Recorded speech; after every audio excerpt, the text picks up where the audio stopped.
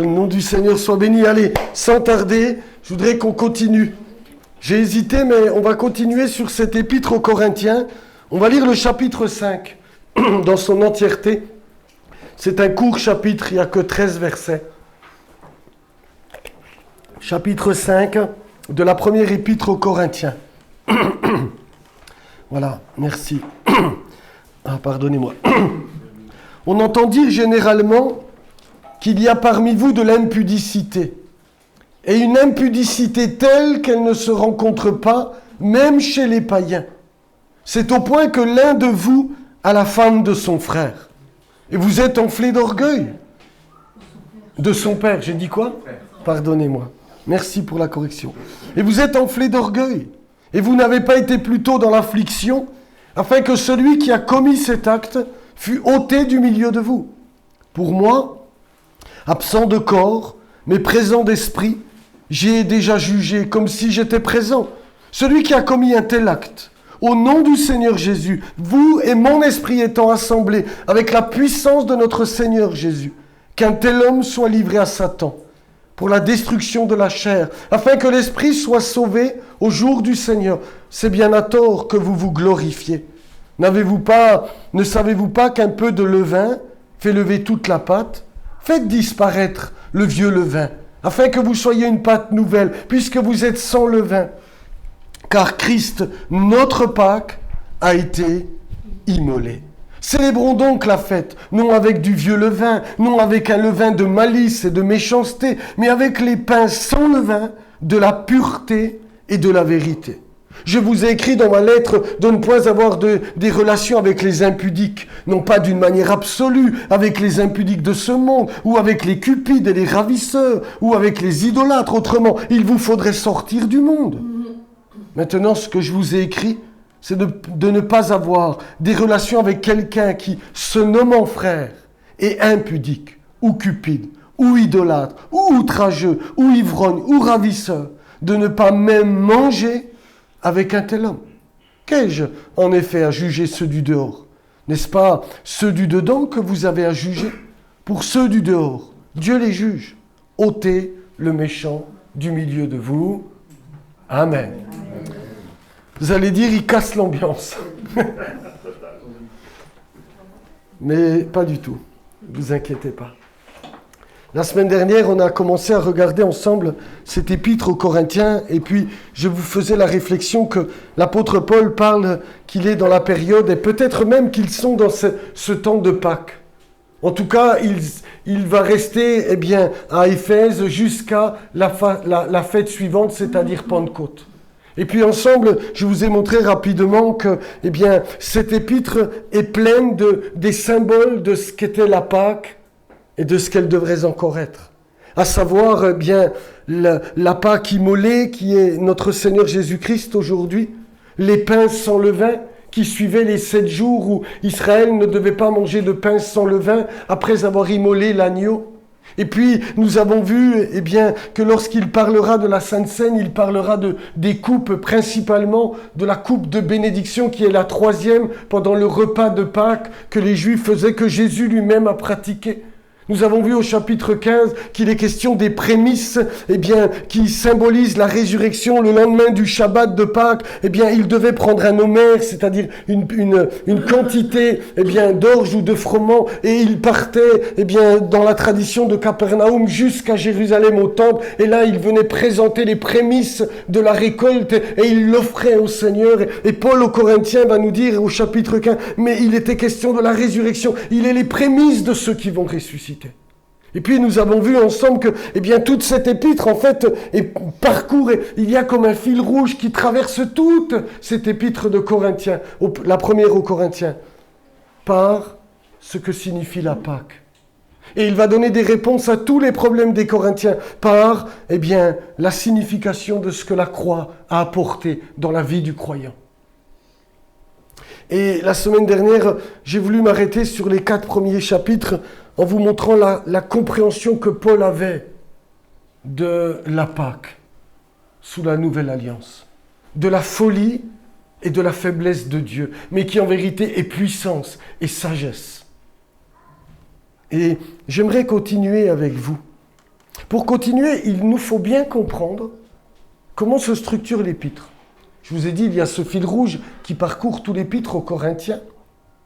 Mais il faut aussi comprendre que, il y avait eu une correspondance, c'est-à-dire des lettres qui sont parties de l'apôtre Paul jusqu'aux Corinthiens et des Corinthiens jusqu'à l'apôtre Paul. Et cette toute première lettre, elle a été perdue. Le Saint-Esprit n'a pas permis que nous l'ayons dans le canon des Écritures. Et nous l'avons lu au chapitre 5 que nous venons de lire entièrement. Il est dit au verset 9, regardez, on peut le relire ensemble. « Je vous ai écrit dans ma lettre de ne pas avoir des relations avec les impudiques. » Cette lettre-là, nous ne l'avons pas. Nous ne savons pas. Mais nous savons que les Corinthiens vont répondre à l'apôtre Paul et ils vont répondre avec beaucoup de questions. Et au chapitre 7, verset 1er, il va en parler de ces choses-là. Il va dire, pour ce qui concerne les choses dont vous m'avez écrit. Donc, il va être question du mariage, des viandes sacrifiées aux idoles. Au chapitre 8, il parlera de cela. Pour ce qui concerne les viandes sacrifiées aux idoles. Ils lui ont posé des questions dans leur lettre. Au chapitre 12, il va dire, pour ce qui concerne les dons spirituels. Et au chapitre 16, verset 1er, je n'ai pas donné les versets, pour ce qui concerne la collecte en faveur des saints. Les Corinthiens ont répondu à Paul avec toutes ces questions, concernant le mariage, concernant les viandes sacrifiées aux idoles, concernant les dons spirituels, concernant la collecte qui était organisée. Il y a eu une correspondance entre l'apôtre Paul et l'église des Corinthes que nous n'avons pas. En vérité, la première épître aux Corinthiens, ce serait la deuxième. Et la deuxième, c'est la troisième. Mais il y a aussi, dans cette lettre aux Corinthiens, quelque chose d'intéressant, c'est que non seulement il y a cette correspondance entre eux, mais l'apôtre Paul révèle qu'il apprend des choses. Au chapitre 1er et au verset 11, il va dire « Car mes frères, j'ai appris à votre sujet par les gens de Chloé qu'il y a des disputes au milieu de vous. » Il apprend par une famille que dans l'église de Corinthe, il y a des disputes. Au chapitre 5, que nous venons de lire, il dit « On entend dire généralement qu'il y a parmi vous de l'impudicité, une telle impudicité que même chez les non-croyants, on ne la trouve pas. » Et puis, au chapitre 11, verset 18, il redira une troisième fois, regardez, « Et d'abord, j'apprends que lorsque vous vous réunissez en assemblée, il y a parmi vous des divisions, et je le crois en partie. » Il faut bien comprendre cela. Il y a eu une correspondance entre Paul et les Corinthiens que nous n'avons pas, des questions qui sont posées auxquelles il va répondre, mais il y a aussi des sujets que l'apôtre va aborder dans cet épître parce qu'il a appris. Il a appris de ceux qui viennent de Corinthe, les divisions qu'il y a entre eux, l'impudicité qui se trouve et le désordre lorsqu'ils prennent le repas de Pâques, parce qu'à l'époque, nous sommes quasi sûrs aujourd'hui qu'ils ne faisaient un repas de Sainte Seine qu'une fois l'année. C'était le jour de Pâques, où ils se réunissaient et puis ensemble ils prenaient la coupe et puis le pain qui symbolisait toute la Pâque. Et donc l'apôtre Paul nous dit dans ce que nous avons lu qu'il apprend que chez les Corinthiens, il y a un gros problème. Un homme couche avec sa belle-mère. Parce que c'est ça qu'il dit. J'ai dit mon frère tout à l'heure, mais c'était père. C'est au point que l'un de vous a la femme de son père. Paul apprend qu'il y a une telle situation. Et ce qui est très intéressant, c'est que, Paul va reprendre les Corinthiens, non pas, bien sûr, pour cette situation, mais surtout pour la manière dont ils vont gérer la situation. Il va dire au verset 2, « Et vous êtes enflés d'orgueil, et vous n'avez pas été plutôt dans l'affliction, afin que celui qui a commis cet acte fût ôté du milieu de vous. » Ce qui va, pousser Paul à parler de cette situation qu'il a entendu dire, entendu raconter, c'est la manière dont les Corinthiens vont gérer ça. Il va dire, mais comment c'est possible ? Comment c'est possible qu'au milieu de vous, d'abord, il y ait une telle situation, mais parce que même chez les païens, ça ne se fait pas, mais plus que cela, vous êtes plein d'orgueil. Personne n'est capable de s'humilier. Personne n'est capable de prendre le sac et la cendre et de pleurer sur cette misère. Personne n'est capable d'être dans l'affliction. Vous n'avez pas été dans l'affliction. Et vous auriez dû le mettre dehors. Vous auriez dû l'exclure. Parce qu'aux yeux de la Torah, c'est quelque chose d'extrêmement grave. Regardez avec moi. Lévitique, chapitre 18, c'est le verset 8. Il va dire ceci. Lévitique 18, 8. Tu ne découvriras point la nudité de la femme de ton père. C'est la nudité de ton père. Mais Moïse va continuer au chapitre 20, toujours du Lévitique, et cette fois-ci c'est le verset 11 qui m'intéresse. Écoutez ça. Si un homme couche avec la femme de son père et découvre ainsi la nudité de son père, cet homme et cette femme seront punis de mort. Leur sang retombera sur eux. C'est-à-dire qu'aux yeux de l'apôtre, cette situation est extrêmement grave et aurait nécessité un jugement terrible de la part de l'Église. Mais voilà que l'Église de Corinthe ne va rien faire, ne va même pas s'affliger, ne va même pas s'humilier. Et il faut bien comprendre, c'est ce qui vient percuter l'apôtre Paul. En disant, moi je suis absent de corps, mais présent d'esprit. J'ai déjà jugé qu'un tel homme soit ôté du milieu de vous. Et c'est là que ça m'interpelle, parce qu'il ne va pas demander à ce que cet homme et cette femme soient mis à mort, mais il va demander qu'une sanction soit appliquée selon la Pâque. Et c'est la raison pour laquelle il va se mettre à parler du vieux levain et puis du Christ, notre Pâque, qui a été immolé. Parce que vous savez, comme moi, lorsque, je l'ai dit en introduction, lorsque, il est question de Pâques, en fait, c'est un tout, la Pâque. La Pâque, c'est juste un jour. C'est le 14e jour du mois de Nissan. Mais dès ce soir-là, dès ce jour-là, on basculait dans la fête des pains sans levain. Pendant 7 jours, il ne devait, Exode au chapitre 12, je vais le lire, c'est mieux. Comme ça, vous verrez que je ne vous dis pas des bêtises. Exode au chapitre 12, et je crois que c'est à partir du verset... je vais lire 14. Regardez, Exode 12, verset 14.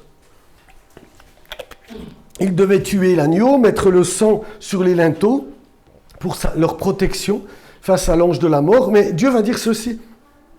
Vous conserverez le souvenir de ce jour et vous le célébrerez par une fête en l'honneur de l'Éternel. Vous le célébrerez comme une loi perpétuelle pour vos descendants. Comment ? Pendant 7 jours. Vous mangerez des pains sans levain dès le premier jour. Écoutez bien ça. Il n'y aura plus de levain dans vos maisons. Car toute personne qui mangera du pain levé du premier jour au 7e sera retranchée d'Israël. Et ce que Paul va demander, c'est que l'Église, qui peut être même en train de célébrer ces temps de fête, agisse selon ce que Dieu a demandé à la Pâque. Vous devez l'ôter du milieu de vous. Vous devez l'exclure. Parce qu'on ne doit pas manger de pain levé. On ne doit pas se nourrir de pain avec du levain. Et c'est ce que Paul va dire à cet épître-là. Il va dire, mais comment est-ce possible ?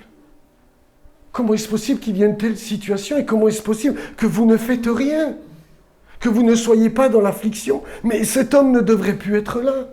Et il va rajouter, faites disparaître le vieux levain. Afin que vous soyez une pâte nouvelle, vous êtes sans levain, car Christ, notre Pâque, a été immolé. Célébrons donc la fête. Il va dire, non avec du vieux levain, mais avec un levain, non avec un levain de malice et de méchanceté, mais avec les pains sans levain, de la pureté et de la vérité. Et Paul aura un avertissement très sérieux au verset 6. C'est bien à tort que vous vous glorifiez. C'est terrible ce qu'il leur dit. Ne savez-vous pas qu'un peu de levain fait lever toute la pâte? L'apôtre Paul va dire, mais vous ne savez pas qu'un tout petit peu de levain, ça fait lever toute la pâte? Vous ne savez pas que le peu que vous tolérez aura de grandes conséquences sur votre vie personnelle, sur votre vie d'église.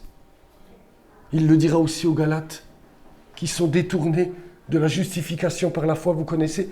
Il va répéter, il dit, mais vous ne savez pas qu'un peu de levain fait lever toute la pâte. Je ne sais pas de qui vient cette influence, mais celui de qui elle vient, il en portera les conséquences, dira-t-il aux Galates. Je crois que, pour rester dans ce que je disais, les frères et sœurs, que vous me comprenez bien, la semaine dernière, la compréhension que nous avons aujourd'hui de la croix et de l'évangile doit changer notre regard sur le péché. Doit changer notre regard sur ce qu'est le péché. Et quel est le remède qu'il a fallu pour que Dieu puisse nous justifier. C'est ce que Paul dit, Christ, notre Pâque, a été immolé. Nous devons avoir un changement de paradigme sur le péché. Autrefois, il y avait toute la symbolique des bêtes qui étaient mises à mort, sur lesquelles on posait la main, on confessait les péchés. Ça devait être déjà quelque chose de compliqué à vivre. On apportait une bête qui était sans défaut. Je ne sais pas si on imagine ce que ça représente. Un agneau d'1 an qui était sans défaut. On l'apportait là. Il fallait poser les péchés. Eh bien, les mains sur la bête, confesser les péchés. Et puis là, le sacrificateur l'égorgeait. Une bête innocente qui n'avait rien demandé. Et le sang coulait. Et seulement là, il y avait comme une période où le pardon des péchés. Mais il fallait renouveler ces choses-là. Mais je crois que ça donnait déjà le ton de ce qu'est le péché aux yeux de Dieu. Vous êtes d'accord avec moi? Je pense que ce n'est pas si simple que ça. Après, peut-être qu'avec les années, et puis on s'y faisait, on sacrifiait des bêtes facilement. Mais les toutes premières fois, ça devait être très particulier. Et je crois que ce que Paul met en lumière, c'est « Mais vous avez considéré ce qu'il a fallu pour que le péché... » Je bénis Dieu pour ce temps qu'on vient de passer, de Sainte Seine, les prières, les chants. C'est comme si Paul dit, mais Christ, notre Pâque, a été immolé. Il a fallu que le Fils de Dieu descende, prenne notre corps semblable à notre chair, et puis porte nos péchés, et qu'il soit frappé de Dieu lui-même pour que nous puissions être pardonnés. C'est pas quelque chose qu'on doit traiter avec légèreté. Sinon, c'est faire un déshonneur à Dieu que de traiter le péché avec légèreté. C'est déshonorer ce que Dieu, ce qu'il a coûté à Dieu, pour que vous et moi, nous soyons pardonnés, que nous ayons l'espérance de la vie éternelle. Il a fallu que le Christ lui-même soit mis à mort. Non plus une bête, mais Dieu lui-même. Dieu lui-même, frères et sœurs. Dieu n'a pas traité le péché avec légèreté. Il n'a pas dit, bon, c'est pas grave, tant pis, comme nous pourrions le faire. Je dis souvent, Dieu n'a pas soulevé le tapis, et puis comme on met de la poussière, pas vous mes sœurs, mais nous les hommes, comme on met la poussière sous le tapis, c'est pas comme ça que Dieu a traité le péché.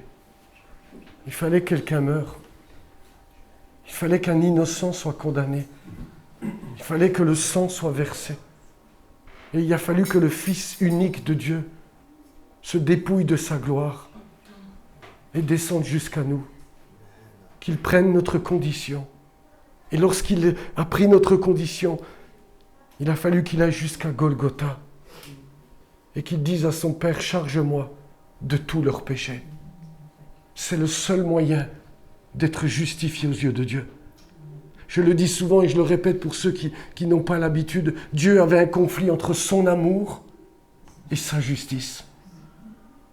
Dieu, dans son amour, aime et veut bénir tous les hommes.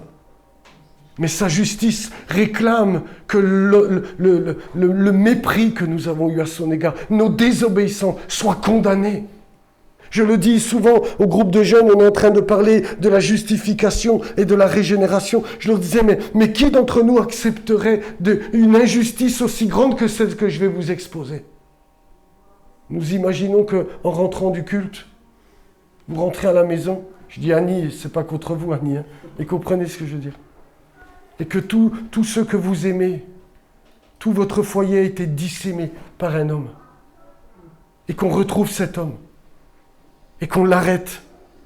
Et que lorsqu'il est devant le juge lui dit, écoutez, je suis quelqu'un de miséricordieux. Allez, on oublie la dette. C'est pas grave, on va lui pardonner. Tu es libre, meurtrier de toute cette famille-là. Nous serions tous à crier à l'injustice. Nous serions tous à demander à ce qu'il soit condamné, à ce qu'il soit jugé pour ce fait odieux. Et nous pensons, nous, que la justice de Dieu ne réclamerait pas que l'affront qui a été fait à la divinité du Créateur ne soit pas payé et condamné. On oublie trop souvent, parce que c'est ça le propre du péché. On oublie que nous ne sommes que des créatures qui avons dit à Dieu, on ne veut plus de toi.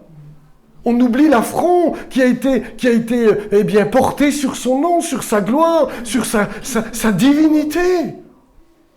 Et nous voudrions que sa justice ne réagisse pas en demandant que nous soyons coupables, déclarés coupables et condamnés. Mais la justice doit s'exercer, comme elle s'exercerait pour ce cas que j'ai cité. Vous êtes d'accord avec moi? Et de manière innée, nous réclamons justice. Et Dieu, lui, ne réclamerait pas justice pour toutes nos désobéissances, pour tous nos crimes, pour tous nos mensonges, pour tous nos odieux adultères ou que sais-je. Mais voilà que Dieu est presque en conflit avec lui-même. Moi, je les aime, dit l'amour de Dieu. Puis la justice dit, oui, mais il doit payer. Il doit payer pour ça. Il doit mourir. Parce que le salaire du péché, c'est la mort. C'est-à-dire que sa sainteté exclut automatiquement l'homme. C'est pas que Dieu veut nuire à l'homme, mais sa sainteté ne lui permet pas d'avoir de communion avec le péché. Et c'est une grande illusion et c'est un grand mensonge du diable que de faire croire que le pécheur peut cohabiter avec la sainteté de Dieu. Dieu est lumière et il n'y a point de ténèbres en lui. Vous êtes d'accord avec moi? Donc automatiquement, il y a comme les deux faces d'un aimant qui s'excluent. Le pécheur ne peut pas rester en sa présence tant que la justice n'est pas satisfaite. Alors la sagesse de Dieu, entre l'amour et la justice, a jailli. Moi, j'ai une solution. Père, je vais me faire comme Jérôme. Je vais me faire comme l'assassin dont j'ai parlé. Je vais faire, comme Anaël. Et quand je serai comme lui, comme elle, comme nous tous, Père, tu vas m'imputer tous leurs péchés. Et c'est moi que tu vas condamner. Et c'est moi que tu vas frapper. Et de cette manière, la justice de Dieu est satisfaite. Et l'amour de Dieu est satisfait. Et il trouve le moyen de justifier les hommes tout en restant juste dans son jugement. C'est ce que Paul dira au Romains chapitre 3. C'est la sagesse de Dieu qui a trouvé ça. Mais on ne peut pas, imaginer un seul instant que Dieu a été léger avec le péché. Justice a été rendue. Il a fallu que quelqu'un paye, et c'est son propre fils qui a payé. Et les Corinthiens, dans cette situation-là, sont très légers avec le péché. Et Paul va dire, mais comment est-ce possible? Vous considérez que Christ, notre Pâque, a été immolé? Comment vous pouvez être plein d'orgueil? Comment se fait-il que vous tolérez le péché pour lequel il a tant souffert? C'est ça que Paul est en train de dire. Il va dire, mais vous devez ôter cet homme-là. Comme ceux qui mangent du pain avec le vin pendant la fête, sont retranchés d'Israël. Vous devez l'exclure.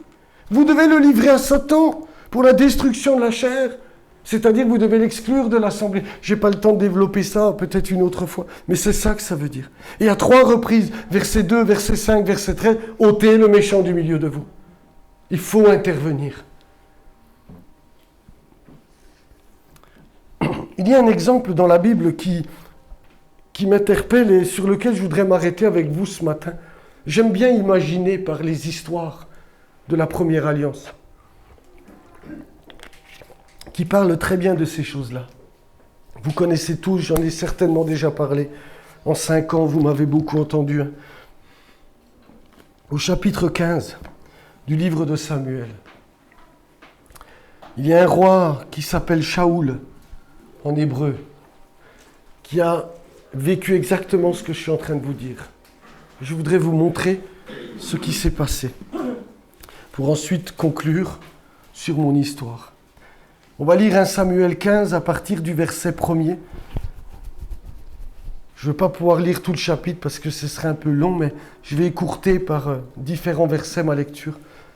Samuel dit à Shaoul, « C'est moi que l'Éternel a envoyé pour t'oindre roi sur son peuple, sur Israël. Écoute donc ce que te dit l'Éternel. Ainsi parle l'Éternel des armées.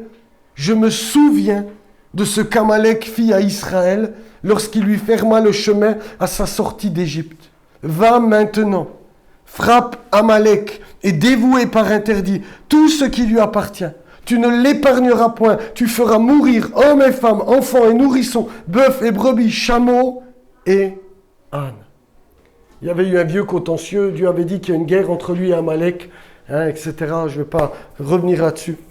Mais Dieu dit par Samuel, le prophète, au roi, va et dévoue par interdit Amalek. Et puis, j'écourte au verset 7. Donc il va partir en guerre. Il est dit, Shaoul bâtit Amalek depuis Avila jusqu'à Chour, qui est en face de l'Égypte. Il prit vivant Agag, roi d'Amalek, et dévoua par interdit tout le peuple en le passant au fil de l'épée. Mais, Shaoul et le peuple épargnèrent Agag et les meilleures brebis, les meilleurs bœufs, les meilleures bêtes de la seconde portée, les agneaux gras et tout ce qu'il y avait de bon. Ils ne voulurent pas le dévouer par interdit et ils dévouèrent seulement tout ce qui était méprisable et chétif. Vous comprenez ce qui se passe? Dieu dit à Samuel, à Samuel, tu vas dire à Shaoul, allez dévouer par interdit Amalek. Ok, il se met en guerre. Et puis quand il remporte la bataille, il est dit, par contre, il ne fit pas tuer le roi Agag. Et puis tous les meilleurs brebis, les bœufs, etc. Juste ce qui ne les intéressait pas. Et puis je continue, verset 10, je vais tout lire jusqu'à la fin ce coup-ci. L'Éternel adressa la parole à Samuel et lui dit, « Je me repens d'avoir établi Shaoul pour roi, car il se détourne de moi, et il n'observe point mes paroles. » Samuel fut irrité. Il cria à l'Éternel toute la nuit. Il se leva de bon matin pour aller au-devant de Shaoul. Et on vint lui dire, écoutez la lecture, c'est passionnant. Shaoul est allé à Carmel, et voici, il s'est érigé un monument. Monsieur s'est érigé un monument. Puis il s'en est retourné en passant plus loin. Il est descendu à Gilgal. Samuel, se rendit auprès de Shaoul et Shaoul lui dit, « Sois béni de l'Éternel, j'ai observé la parole de l'Éternel. » Samuel dit, « Qu'est-ce donc ce bêlement de brebis qui parvint à mes oreilles et ce mugissement de bœufs que j'entends ?» Shaoul répondit, « Ils les ont amenés de chez les Amalécites parce que le peuple a épargné les meilleures brebis, les meilleurs bœufs, afin de les sacrifier à l'Éternel, ton Dieu. » Écoutez ça. Et le reste, nous l'avons dévoué par interdit. Samuel dit à Shaoul, « Arrête, et je te déclarerai ce que l'Éternel m'a dit cette nuit. » Et Shaoul lui dit, « Parle. » Samuel dit, « Lorsque tu étais petit, à tes yeux, n'es-tu pas devenu le chef des tribus d'Israël? Et l'Éternel ne t'a-t-il pas oint pour que tu sois roi sur Israël? L'Éternel t'avait fait partir en disant, va et dévoue par interdit ces pécheurs, les Amalécites. Tu leur feras la guerre jusqu'à ce que tu les aies exterminés. Pourquoi n'as-tu pas écouté la voix de l'Éternel? Pourquoi t'es-tu jeté sur le butin? As-tu fait ce qui est mal aux yeux de l'Éternel? Shaoul répondit à Samuel, écoutez bien, j'ai bien écouté la voix de l'Éternel et j'ai suivi le chemin par lequel m'envoyait l'Éternel. J'ai amené Agag, roi d'Amalek, et j'ai dévoué par interdit les Amalécites. Mais le peuple a pris sur lui, sur le butin, des brebis, des bœufs, comme prémisse de ce qui devait être dévoué, afin de les sacrifier à l'Éternel, ton Dieu, à Gilgal. Samuel dit, l'Éternel trouve-t-il du plaisir dans les holocaustes et les sacrifices, comme dans l'obéissance à la voix de l'Éternel? Voici, l'obéissance vaut mieux que les sacrifices, et l'observation de sa parole vaut mieux que la graisse des béliers.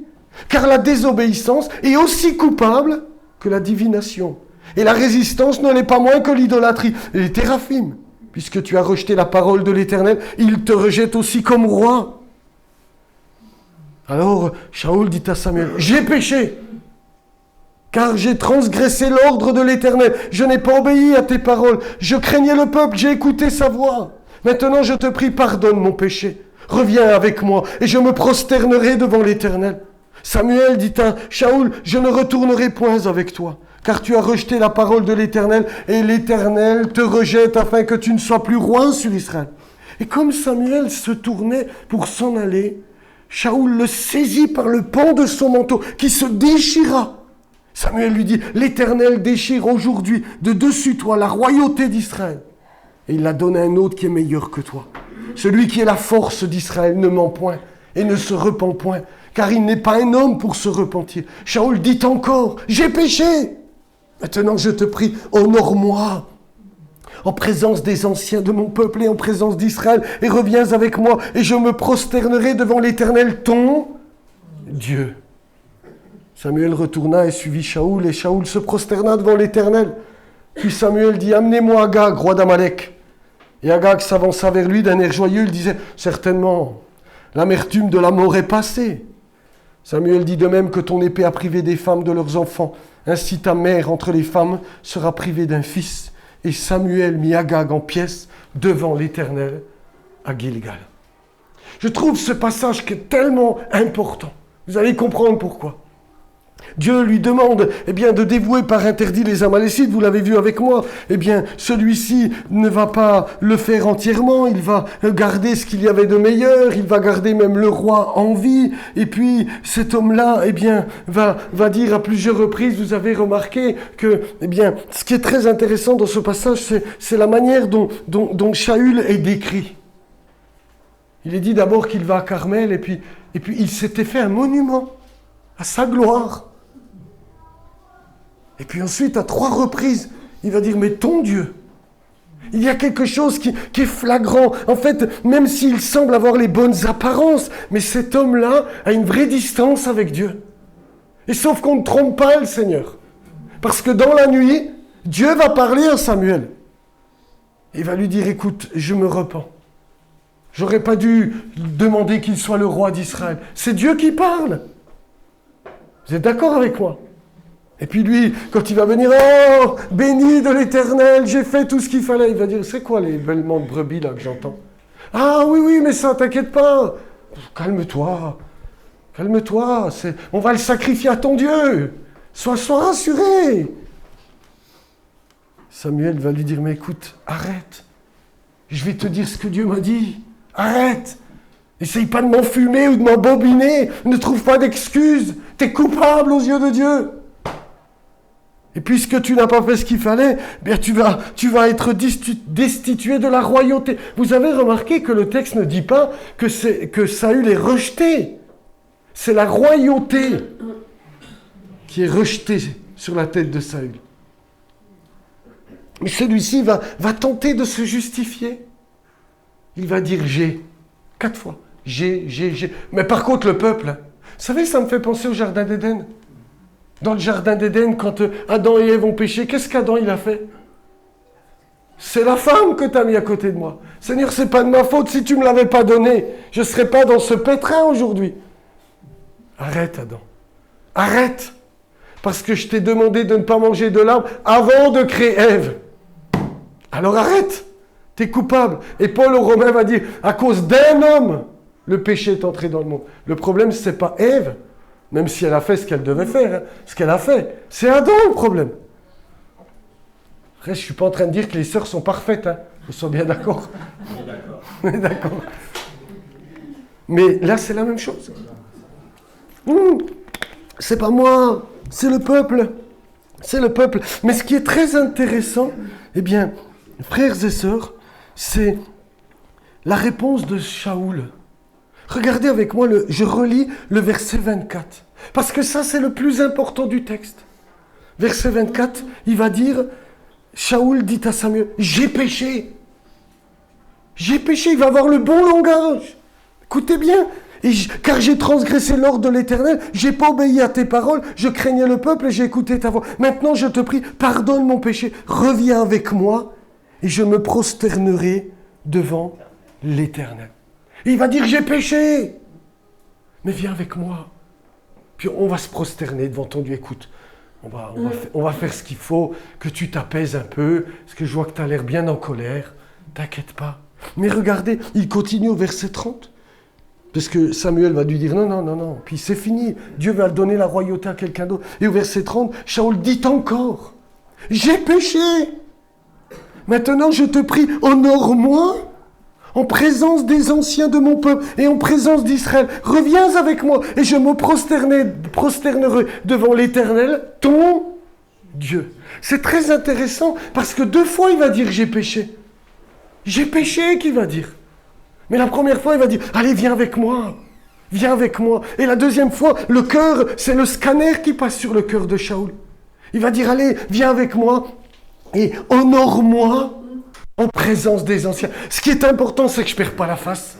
Ce qui est important, c'est pas le péché. Écoute, ma relation avec le Seigneur, en vérité, c'est pas ça le plus important. Ce qui compte, c'est les autres, ce que pensent les autres, ce que disent les autres. Et en réalité, la vraie repentance, eh bien, c'est tout le contraire de cela. La vraie repentance, frères et sœurs, ne fait pas redouter les conséquences du péché. La vraie repentance, elle te fait redouter le péché lui-même qui t'exclut de la présence de Dieu. Mais cet homme-là, eh bien, il ne s'afflige pas, il ne se repent pas. Il peut dire « j'ai péché ». Et c'est pourquoi Jean-Baptiste pouvait dire « mais portez du fruit de la repentance. Montrez que vous êtes repentis. » Parce que les paroles, ça ne veut rien dire. Je le disais jeudi à la réunion de prière, il a dit « j'ai péché ». Pharaon a dit « j'ai péché ». Balaam a dit « j'ai péché ». Mais David, il a dit « j'ai péché contre toi seul ». Le fils prodigue a dit « j'ai péché contre le ciel et contre toi ». Il y a une grande différence entre dire « j'ai péché » ou alors « j'ai péché contre Dieu ». Vous comprenez ? Et en fait, il n'y a pas de vraie repentance. Il n'y a pas d'affliction. Il est orgueilleux comme les Corinthiens. Quand tu étais petit à tes yeux, Dieu t'a choisi pour roi. Mais ce qui est le plus intéressant de cette histoire, c'est la fin. C'est la fin de l'histoire de Shaoul. Regardez avec moi dans le 2e livre, au 1er chapitre. 2 Samuel au chapitre 1er. Voilà qu'il a été mis à mort par les Philistins. Et regardez ce qui... c'est extraordinaire. Le langage de Dieu. Vous me suivez toujours ou pas ? Ouais, c'est bon ? Allez, encore quelques minutes, puis après je vous laisse tranquille. Après la mort de Saül, verset 1er, David qui avait battu les Amalécites, était depuis 2 jours revenu à Tsiklag. Et le 3e jour, un homme arriva du camp de Shaoul, les vêtements déchirés, la tête couverte de terre. Lorsqu'il fut en présence de David, il se jeta par terre et se prosterna. David lui dit, d'où viens-tu ? Et il lui répondit, je me suis sauvé du camp d'Israël. David lui dit, que s'est-il passé ? Dis-moi donc. Et il répondit, le peuple s'est enfui du champ de bataille, et un grand nombre d'hommes sont tombés et ont péri. Shaoul même et Jonathan son fils sont morts. David dit au jeune homme, qui lui apportait ces nouvelles ? Comment sais-tu que Shaoul et Jonathan son fils sont morts ? Et le jeune homme qui lui apportait ces nouvelles répondit, je me trouvais sur la montagne de Gilboa, et voici... Shaoul s'appuyait sur sa lance, et voici, les chars et les cavaliers étaient près de l'atteindre. S'étant retourné, il m'aperçut et m'appela. Je dis, me voici. Et il me dit, qui es-tu ? Je répondis, je suis Amalécite. Pourtant, c'est une guerre avec les Philistins. Je suis Amalécite. Il dit, approche donc et donne-moi la mort, car je suis pris de vertige, quoique encore plein de vie. Je m'approchais de lui, je lui donnais la mort, sachant bien qu'il ne survivrait pas à sa défaite. J'ai enlevé le diadème, c'est-à-dire la couronne, qui était sur sa tête, et le bracelet qu'il avait au bras. Et je les apporte ici à mon Seigneur. David saisit ses vêtements, les déchira, et tous les hommes qui étaient auprès de lui firent de même. Ils furent dans le deuil, pleurèrent, jeûnèrent jusqu'au soir, à cause de Shaoul, de Jonathan son fils, du peuple de l'Éternel, de la maison d'Israël, parce qu'ils étaient tombés par l'épée. David dit au jeune homme qui lui avait apporté ces nouvelles, « D'où es-tu » Et il répondit, « Je suis le fils d'un étranger, d'un Amalécite. » David lui dit, « Comment n'as-tu pas craint de porter la main sur loin de l'Éternel et de lui donner la mort ?» Et David appela l'un de ses gens et dit, « Approche et tue-le. » Cet homme frappa l'Amalécite qui mourut. Je trouve ça très intéressant et très instructif, frères et sœurs. Parce que l'Amalécite que Saül a laissé vivre, c'est lui-même qui lui a enlevé la couronne et le bracelet. Et dans la Bible, il est dit dans le livre du Lévitique que l'onction L'onction d'huile qui descend sur les sacrificateurs ou comme les rois est comme une couronne de la part de Dieu. Frères et sœurs, le péché que vous tolérez, c'est celui qui vous enlèvera l'onction. Le péché que vous laisserez vivre dans votre foyer, dans ce que vous regardez, dans ce que vous écoutez, dans la façon dont vous vivez, c'est ce péché-là qui vous détruira. Et nous n'avons pas le droit de tolérer, nous n'avons pas le droit de jouer, nous n'avons pas le droit, comme les Corinthiens, de ne pas nous affliger lorsqu'il nous arrive encore de pécher. On ne doit pas le traiter avec légèreté, parce que ce propre péché, cet Amalécite-là, Agag, a été pour Saoul, sa pire défaite. C'est lui qui lui enlève la couronne, c'est lui qui lui enlève le bracelet et qui l'amène à David. Le péché que tu tolères est celui qui te rattrapera. C'est ce que Moïse a dit. Vous savez, aux tribus qui sont de l'autre côté du Jourdain, qui n'ont pas voulu entrer, il va dire, si vous ne venez pas faire la guerre avec vos frères, ce péché-là vous rattrapera. Et nous devons bien comprendre cela. Dieu ne traite pas le péché avec légèreté. Et ce que Dieu attend de nous, ce sont de véritables repentances, qui ne cherchent pas à se défaire du qu'en dira-t-on ou alors des conséquences néfastes qu'il peut y avoir. Honore-moi, disait Saoul. Écoute, c'est pas grave, on va pas en faire un pataquès, quoi. Mais honore-moi auprès des anciens. Non. C'est pas contre les anciens que tu as péché. C'est contre Dieu lui-même. Et nous devons bien comprendre cela. Nous devons comprendre qu'on ne doit pas traiter le péché avec légèreté. Et nous nous réjouissons, j'ai pas le temps, je vais m'arrêter, de lire dans la 2e épître aux Corinthiens que cet avertissement a produit du fruit chez eux. Ils vont exclure cet homme-là, et puis cet homme va véritablement se repentir. Puis Paul va dire maintenant, il faut le ramener, il faut le restaurer. Ça y est, ça a produit son fruit. Nous n'ignorons pas les desseins du malin, il va le détruire, stop. Et puis au chapitre 7 de la 2e épître, il va dire, mais quel empressement, quel zèle, quelle repentance, vous vous êtes repentis selon Dieu. Vous avez fait ce qu'il fallait, et vous maintenant, je suis dans la joie, je suis consolé, qui va dire. Et Tite qui est venu vous voir, est dans une grande consolation parce qu'il a vu ce qui s'est produit dans votre vie par la lettre que je vous ai envoyée. Il voit le vrai travail de repentance et le vrai fruit de l'esprit d'une église qui passe de la légèreté à le sérieux de ce qu'est le péché.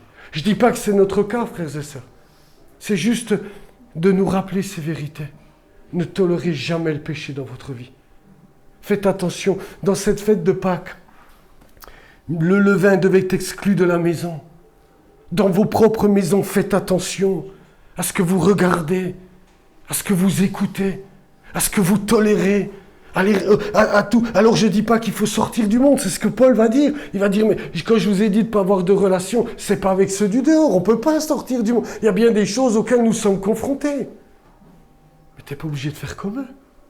Tu n'es pas obligé d'avoir les mêmes passions. Nous sommes l'Église de Christ, nous sommes une pâte nouvelle, nous sommes sans levain. Christ, notre Pâque, a été immolé, son esprit nous habite, nous avons sa parole, on doit être différents. Dites-moi amen, s'il vous plaît. Et c'est ça que Paul est en train de dire. Et il va dire, mais vous ne devez pas tolérer ça. Vous devriez vous affliger.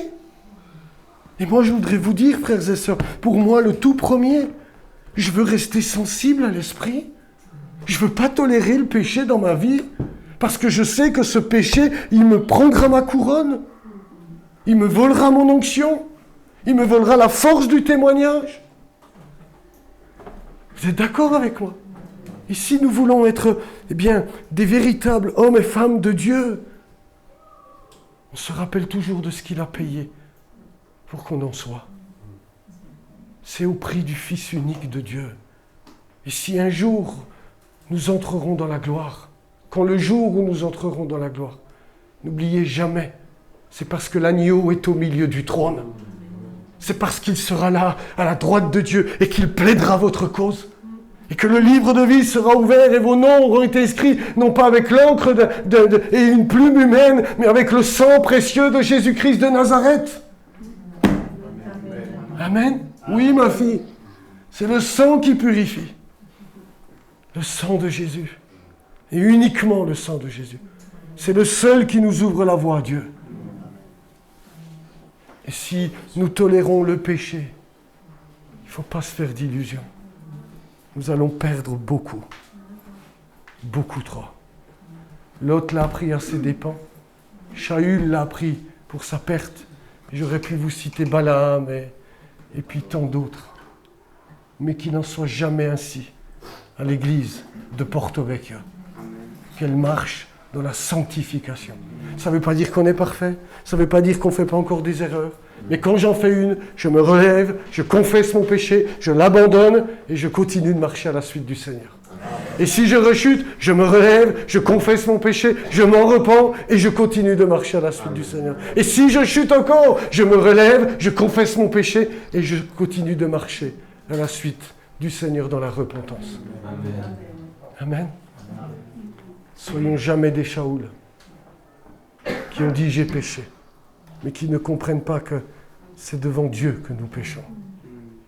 Que c'est devant Dieu que nous péchons. Allez, je me tais. Seigneur, nous voulons te rendre grâce parce que ta parole est là pour nous conseiller. Ta parole n'est pas là constamment pour nous flatter. Elle est là pour nous conduire dans le bon chemin. Elle est là pour nous dire la vérité. Et nous voulons être des pains sans levain. Seigneur, eh bien, des pains de la pureté et de la vérité. Nous voulons vivre dans la vérité qui vient de toi. Nous voulons encore nous laisser gagner par toi, par ta pensée, par ton cœur. Il t'a coûté si cher pour que nous soyons sauvés. Il t'a coûté si cher pour que nous soyons justifiés, pour que nous soyons enfin débarrassés de ce péché. Seigneur, nous ne voulons pas le traiter avec légèreté. Nous voulons le traiter à la mesure dont toi tu l'as traité. Nous voulons le considérer à la mesure de la croix. Nous voulons, Seigneur, que tu fasses constamment ton œuvre en nous, que nous soyons sensibles à ton esprit, que nous soyons en mesure de toujours nous repentir, de ne jamais tolérer ces choses. Que notre langue, Seigneur, eh bien, soit gardée de toute forme de vulgarité, de toutes sortes de mauvaises choses ou alors de critiques, de murmures incessants. Que nos yeux soient gardés de toute forme d'impureté. Que nos cœurs soient préservés de tout levain qui fait lever toute la pâte. Donne-nous de prendre conscience de la gravité, des conséquences du péché. S'il te plaît, donne-nous une plus profonde repentance. Donne-nous une horreur de l'iniquité. Donne-nous d'aimer la justice et de haïr l'iniquité. Donne-nous d'être comme toi, de vivre au diapason de ton cœur et de ta pensée. Seigneur, j'ai compris que c'est pas pour nous nuire que tu nous demandes d'être saints. C'est parce que tu nous veux en communion avec toi. Et le péché nous empêche d'être écoutés. Le péché nous éloigne de ta présence, mais tu nous veux avec toi. Alors tu as dit, soyez saints comme je suis saint. Marchez dans la lumière, comme tu es dans la lumière, et le sang de Jésus nous purifiera. Et notre communion avec toi sera grandissante. Ce n'est pas pour nous nuire, parce que tu nous veux tellement proches de toi. Tu nous veux tellement intimes avec toi. Aide-nous à le réaliser. Aide-nous à comprendre ce que signifie le péché, pour que notre intimité avec toi soit grande, profonde et surtout éternelle. Merci Seigneur pour ta grâce. Amen.